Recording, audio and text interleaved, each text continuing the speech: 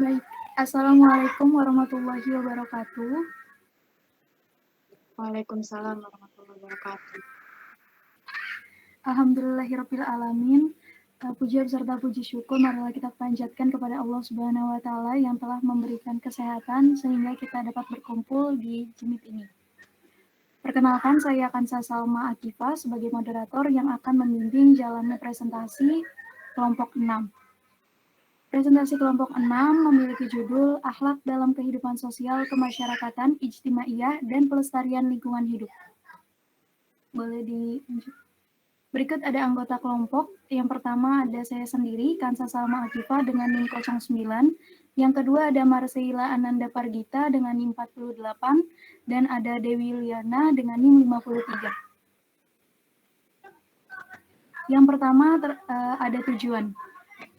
Tujuan dari presentasi kali ini yaitu untuk menjelaskan akhlak dalam kehidupan sosial kemasyarakatan terhadap sesama muslim, menjelaskan akhlak dalam kehidupan sosial kemasyarakatan terhadap non-muslim, menjelaskan tanggung jawab muslim dalam kehidupan sosial kemasyarakatan, untuk mengidentifikasi apa saja tanggung jawab muslim terhadap lingkungan, dan menjelaskan tanggung jawab muslim terhadap pelestarian lingkungan hidup.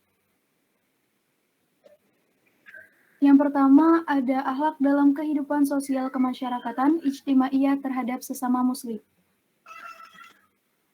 Akhlak dalam Islam adalah bertingkah laku sesuai ajaran Islam. Maka sumber dari akhlak dapat digolongkan dengan akhlak baik atau buruk. Akhlak baik atau buruk ini bersumber dari Al-Quran dan hadis. Akhlak dalam praktiknya akan bersinggungan dengan sang Khalik, dengan sesama manusia, dan dengan lingkungan sekitar. Karena dalam interaksi tersebut akan membuat seseorang menilai akhlak atau tabiat seseorang baik atau buruk. Dalam hadis yang diriwayatkan oleh Imam Bukhari dan Abu Hurairah disebutkan bahwa hak muslim terhadap muslim lainnya terdapat 6 hal, yaitu yang pertama memenuhi undangannya, yang kedua mengucapkan salam ketika berjumpa, yang ketiga menasihati jika diminta, yang keempat menjenguk bila ia sakit, yang kelima mengucap tasmid jika ia bersin, lalu ia mengucap hamdalah, dan yang keenam adalah melayat jenazah dan mengantarkannya sampai ke pemakaman bila ia meninggal dunia. Selain akhlak yang disebutkan tadi, terdapat akhlak terhadap tetangga. Akhlak terhadap tetangga juga merupakan salah satu perilaku yang terpuji. Berbuat baik kepada tetangga sangat dianjurkan oleh Rasulullah Shallallahu Alaihi Wasallam, sebagaimana sabda Rasulullah yang artinya, kalau ia ingin meminjam hendaklah engkau pinjamkan. Kalau ia minta tolong hendaklah engkau tolong. Kalau ia sakit hendaklah engkau rawat. Kalau ia ada keperluan hendaklah engkau beri bantuan. Kalau ia mendapat kesenangan hendaklah engkau beri ucapan selamat. Kalau ia mendapat kesusahan, hendaklah engkau hibur. Kalau ia meninggal, hendaklah engkau antarkan jenazahnya. Janganlah engkau bangun rumah lebih tinggi dari rumahnya, dan janganlah engkau susahkan ia dengan bau masakanmu, kecuali engkau hadiahkan kepadanya. Dan kalau tidak, engkau beri bawalah masuk ke dalam rumahmu dengan sembunyi, dan jangan engkau beri anakmu bawa keluar buah-buahan itu, kecuali nanti anaknya inginkan buahan itu. Hadis riwayat Abu Syekh. Berikutnya ada materi kedua yang akan disampaikan oleh Marseilla Ananda Pargita. Kepadanya saya silakan.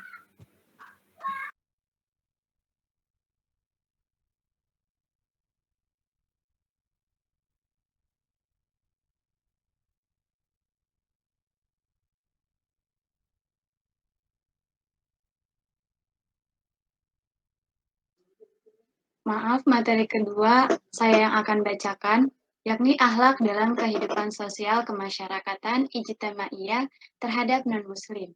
Next.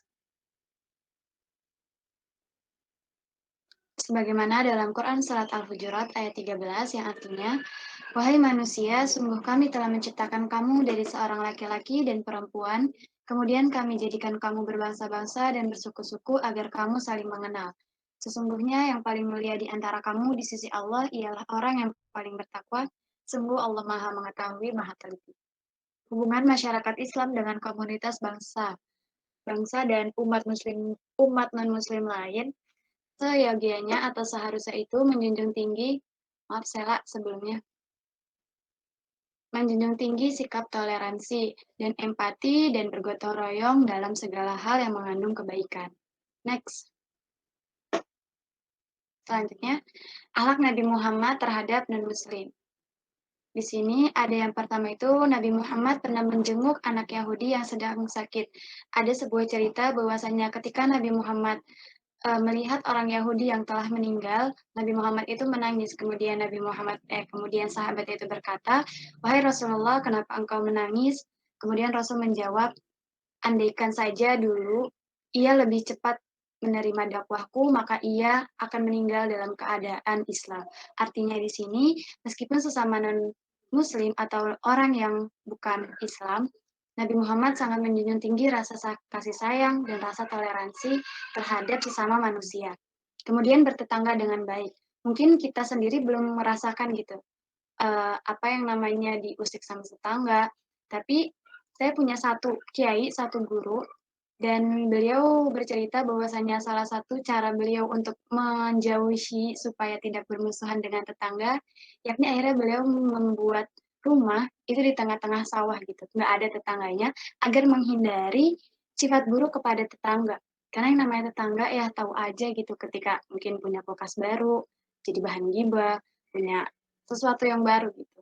Karena akhlak dalam bertetangga ini kalau misalkan kita berbuat buruk itu itu dosanya nggak main-main teman-teman. Kemudian mendoakan dan tidak melaknat orang kafir.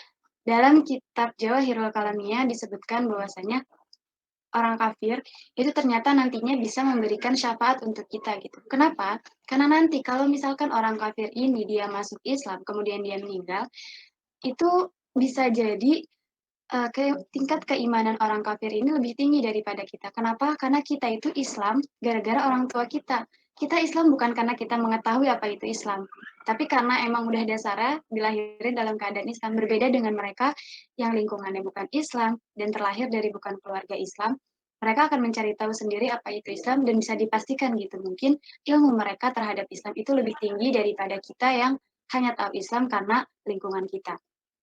Next. Nah, toleransi kepada pemeluk agama lain. Islam telah menentukan hubungan antara Muslim dan non-Muslim melalui dua ayat yang memaparkan hukumnya secara tegas dalam Al-Quran. Dua ayat tersebut dianggap sebagai aturan main dalam masalah hubungan Muslim dan non-Muslim, seperti firman Allah dalam surat Al-Mumtahanah ayat 8-9 yang artinya, Allah tidak melarang kamu untuk berbuat baik dan berperilaku adil terhadap orang-orang yang tiada memerangimu karena agama, dan tidak pula mengusir kamu dari negerimu. Sesungguhnya Allah menyukai orang-orang yang berlaku adil. Sesungguhnya Allah hanya melarang kamu menjadikan sebagian kawanmu, orang-orang, sebagai kawanmu, orang-orang yang memerangi kamu karena agama dan mengusir kamu dari negerimu dan membantu orang lain untuk mengusirmu, dan barang siapa yang menjadikan mereka sebagai kawan, maka mereka itulah orang-orang yang zalim. Nah, dalam kitab Safina teman-teman itu disebutin bahwasanya kalau dalam fikih ketika ada orang lain nyakitin kita, ada istilahnya darah dibalas darah. Jadi ketika ada orang lain menyakiti kita, itu sebenarnya kita boleh membalasnya gitu dalam ilmu fikih. Tapi balasan yang kita berikan itu nggak boleh lebih sakit daripada mereka yang daripada rasa sakit yang mereka berikan.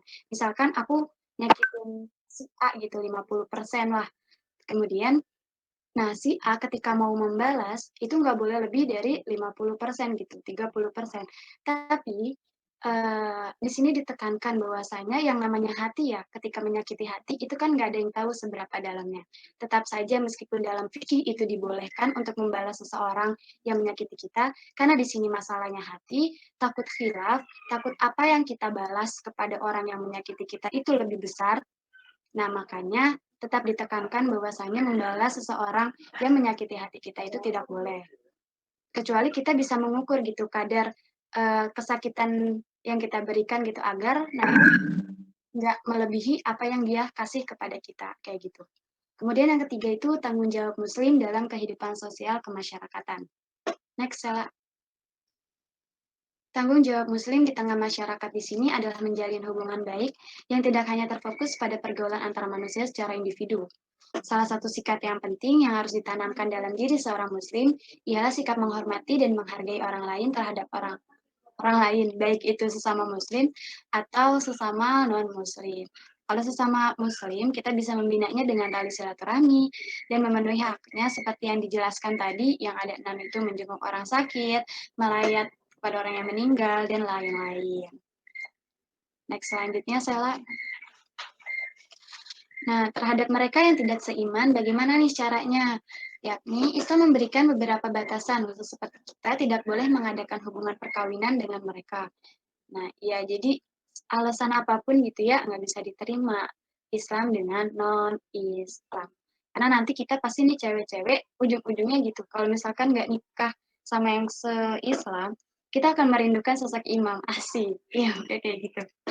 Nggak boleh. Terus kemudian, tidak memberi salam kepada mereka dan tidak meniru cara-cara mereka. Nah, ini yang seringkali jadi polemik gitu. Ketika, boleh nggak sih sebenarnya ngucapin selamat Natal kepada mereka? Nah, aku pernah ngaji.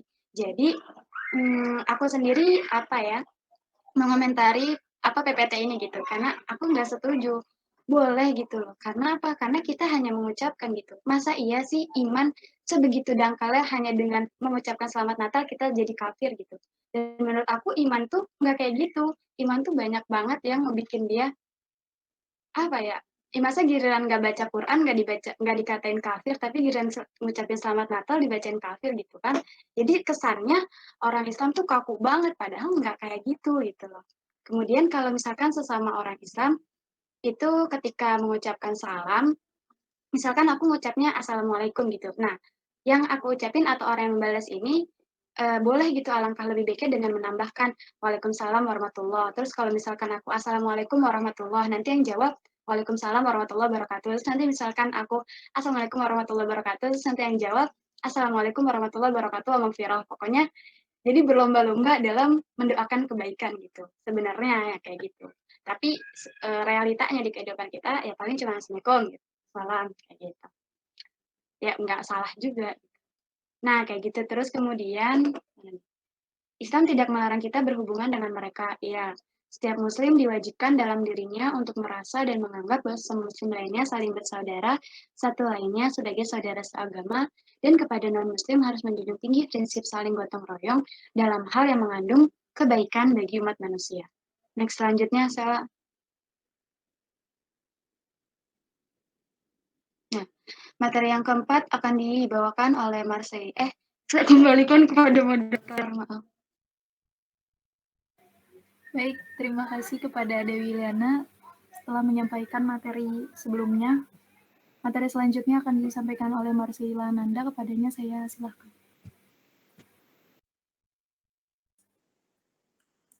Baik, terima kasih kepada moderator.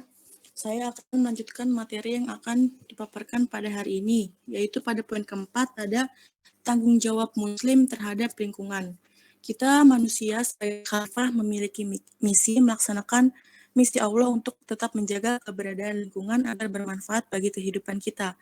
Sebab pada hakikatnya alam dan lingkungan itu selalu menjanjikan kemanfaatan baik bagi dirinya maupun lingkungannya, sesuai dengan tujuan diciptakannya alam oleh Allah Subhanahu wa taala. Misi yang terselip di balik penciptaan alam dan isinya adalah agar manusia berpikir dan berusaha kemanfaatan alam dan isinya untuk kemakmuran hidup di dunia dan bekal untuk kehidup di akhirat kelak. Sebab kebaikan hidup di dunia adalah cerminan kebahagiaan hidup di akhirat. Allah Subhanahu wa taala berfirman dalam Quran surat Shad ayat 27. A'udzubillahi minasyaitonirrajim. Bismillahirrahmanirrahim. Wa ma khalaqnas samaa'a wal arda wa ma bainahuma batila. Dzalika dhannul ladzina kafaru fa wailul lil ladzina kafaru minan nar. Yang artinya, kami tidak menciptakan langit dan bumi dan apa yang ada di antaranya dengan sia-sia tanpa tujuan. Jika kita sadar dan kita pahami bahwa penanganan lingkungan hidup itu harus dilaksanakan dalam dua kehidupan. Yang pertama yaitu ada kehidupan material yang berakibat pada pemenuhan kebutuhan kita secara jasmani. Lalu yang kedua yaitu ada kehidupan spiritual yang berakhir pada untuk pemenuhan kehidupan kita secara rohani. Lalu ada sikap muslim terhadap lingkungan. Di sini ada empat sikap. Yang pertama yaitu ada sikap apresiatif. Sikap apresiatif ini merupakan sikap menghargai keberadaan lingkungan hidup. Artinya kita sebagai seorang muslim harus berusaha mengetahui apa manfaat dari adanya lingkungan hidup tersebut. Dengan mengetahui kegunaan lingkungan, maka tumbuh perasaan menghargai lingkungan hidup, terutama arti lingkungan hidup bagi kehidupan manusia serta makhluk yang lainnya. Lalu yang kedua ada sikap kreatif. Sikap kreatif ini merupakan rentetan dari adanya sikap apresiatif. Karena setelah adanya pengenalan lingkungan sebagai refleksi dari adanya penghargaan, pengenalan terhadap lingkungan itu menumbuhkan adanya sikap kreatif kita. Lalu yang ketiga ada sikap proaktif. Nah, sikap proaktif ini merupakan lawan dari sikap kontraktif atau sifat yang tidak selaras. Jadi sikap proaktif ini pada dasarnya adalah sikap pembangunan lingkungan hidup yang selaras, searah gitu maksudnya, sejalan dengan eksistensi lingkungan hidup. Sebab pada hakikatnya dalam kepentingan dan kebutuhan. Oleh sebab itu, membangun lingkungan harus terbentuk pembangunan berwawasan lingkungan. Lalu yang terakhir ada sikap produktif. Nah, sikap produktif manusia ini mengarah pada aktivitas gimana sih kita memproduksi bahan mentah yang ada di alam ini menjadi bahan jadi. Jadi bahan mentah kita olah menjadi bahan jadi. Itu contohnya kayak misalkan secara fisik itu ada dari lingkungan itu ada nabati dan hewani. Kita misalkan bisa dari hewani, misalkan dari seekor ayam, kita bisa manfaatkan dagingnya, kita bisa manfaatkan telur untuk kebutuhan hidup kita. Lalu kalau misalkan dari yang tadi dari hewani, berarti yang dari nabati itu kita misalkan ambil dari pohon kapuk. Pohon kapuk itu kan kita bisa dijadikan bahan sebagai isian bantal ya, isian guling, dan contoh yang lainnya. Nah, kita manusia itu memiliki tanggung jawab atas keberadaan lingkungan hidup kita, baik secara lingkungan itu benda mati ataupun makhluk hidup yang tergolong lingkungan sosial yang merupakan hasil kreasi manusia. Lalu yang kelima, pada poin kelima ada tanggung jawab muslim dalam pelestarian lingkungan hidup. Khalifah menurut pemahaman Islam merupakan pemimpin di muka bumi ini yang mempunyai tugas untuk mampu memimpin dirinya dan mengelola lingkungan dengan baik. Oleh karena itu, lingkungan dalam persepsi agama merupakan tugas pokok manusia dalam menjaga keberadaannya. Kebaikan lingkungan hidup itu tergantung dari kebaikan manusia yang menepatinya gitu. Allah Subhanahu wa taala berfirman dalam Quran surat Al-Baqarah ayat 30. Bismillahirrahmanirrahim. Wa idz qala rabbuka lil malaikati inni ja'ilun fil ard khalifah qalu ataj'alu fiha ma yufsidu fiha yasfiqud dima'a wa nahnu nusabbihu bihamdika wa nuqaddisu lak qala inni a'lamu ma la ta'lamun. Dan ingatlah ketika Tuhan berfirman kepada para malaikat, aku hendak menjadikan khalifah di bumi. Mereka berkata, apakah engkau hendak menjadikan orang yang merusak dan menumpahkan darah di sana, sedangkan kami bertasbih memujimu dan mensucikan namamu. Dia berfirman, sungguh aku mengetahui apa yang tidak kamu ketahui. Lalu ada masalah lingkungan hidup terdapat dalam dua sumber, yaitu ilmu dan agama. Oleh karena itu, memahami lingkungan hidup lebih tepat apabila didekati dengan ilmu tentang lingkungan hidup dan persepsi agama tentang eksistensi manusia dan lingkungan hidup. Karena dengan landasan ilmu dan agama, maka tidak akan ada pertentangan maknawi. Bahkan akan tercapai apa yang disebut kualitas atau mutu lingkungan sejalan dengan kualitas lingkungan hidup. Jadi maksudnya di sini tuh kita dalam menjaga lingkungan hidup itu kita harus berdasarkan dua sumber, yaitu ilmu lingkungan umum yang kita pelajari dan persepsi agama kita, yaitu agama Islam. Ilmu dan agama pada hakikatnya sejalan, yakni menginginkan kebaikan bagi seluruh populasi dalam ekosistem. menampakkan segi kemanfaatan bagi setiap individu dalam seluruh tata lingkungan itu tidak terkecuali lingkungan fisik, biologis, dan sosial budaya. Pelestarian lingkungan dapat diartikan sebagai upaya menjadikan lingkungan itu tetap pada posisinya dan fungsinya sebagai unsur-unsur alam yang saling terkait antara satu dengan yang lainnya di dalam ekosistem. Lalu ada beberapa bentuk akhlak yang baik kepada lingkungan hidup. Di sini ada 6, yaitu yang pertama, keharusan menjaga lingkungan hidup. Nah, menjaga kelestarian hidup dan tidak melakukan kerusakan di dalamnya merupakan suatu keharusan bagi setiap manusia. Maka dari itu nih, siapapun orangnya yang melakukan kerusakan lingkungan hidup itu dianggap sebagai sesuatu yang tidak baik, sehingga orang munafik sekalipun tidak mau dituduh telah melakukan kerusakan di muka bumi ini, meskipun sebenarnya ia telah melakukan kerusakan tersebut. Lalu yang kedua ada anjuran untuk menanam pohon. Untuk apa sih? Agar lingkungan hidup yang kita tepati ini atau kita diami ini tetap asri dan lestari. Maka kaum muslimin sangat dianjurkan untuk menanam pohon. Kalau menurut saya tidak harus ini tuh bukan kewajiban orang muslim aja ya. Jadi itu kayak kita manusia yang hidup di bumi ini sudah sepantasnya untuk menjaga lingkungan hidup. Lalu yang ketiga ada tidak boleh buang air di jalan atau tempat bernaung dan dekat sumber air. Lingkungan hidup yang bersih dan indah itu merupakan dambaan bagi setiap orang. Karena itu harus dicegah nih ke perilaku yang kayak gini, kayak buang air sembarangan, tanpa permisi lagi. Itu tuh kayak benar-benar ngerusak lingkungan. Lalu yang keempat ada memelihara tanaman. Ketika para sahabat telah menanam pohon kurma, mereka ingin agar pohon itu tumbuh dengan baik dan menghasilkan buah yang banyak. Tetapi mereka bingung bagaimana sih mengurusnya karena itu mereka bertanya kepada Nabi tentang hal itu. Nabi menjawab, kamu lebih tahu tentang urusan duniamu. Karena pada hakikatnya kita sebagai manusia itu kita bisa berpikir, kita mempunyai akal. Bagaimana sih cara memelihara tanaman agar tumbuh asri dan bisa memberikan manfaat yang baik untuk kehidupan kita. Lalu yang ini seharusnya kelima ya teman-teman. Yang kelima ada tidak menggunakan air secara boros. Nah, hal ini juga sangat penting nih. Kita harus perhatiin hal-hal sekecil ini. Karena kalau misalkan kita ambil kita misalkan ngisi bak mandi di kamar mandi yang sudah kosong ya. Terus tanpa sengaja kita tinggal nih, misalkan baknya tinggi pasti lama nih, kita tinggal main HP, kita tinggal scroll TikTok, nonton YouTube, terus nggak sadar ternyata di kamar mandi tuh udah bunyi ngericik karena bak kita udah penuh. Nah bisa jadi karena hal itu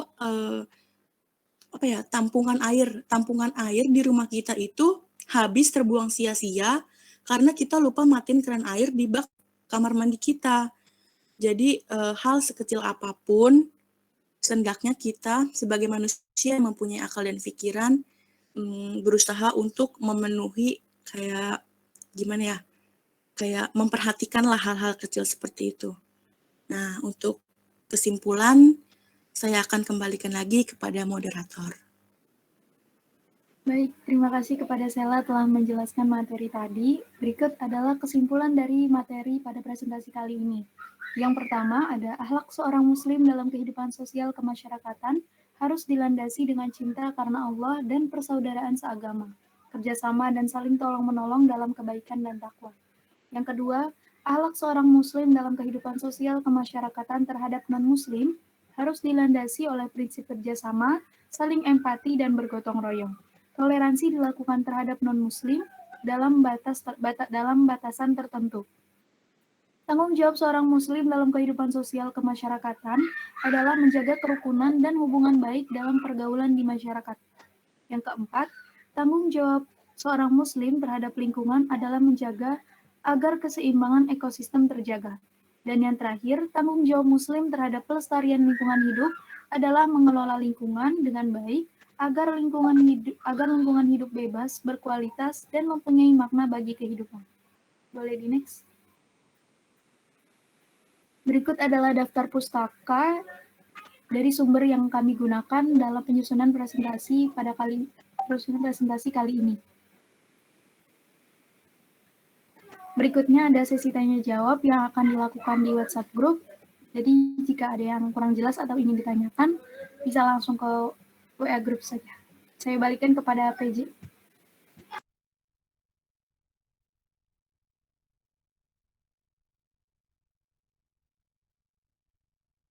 Ya udah, ini langsung ke WhatsApp grup aja kali ya. Iya boleh. Tapi bapaknya tuh udah checklist 2. Oh, gimana dong? Terus kata bapaknya nggak balas sih gini ya, katanya maaf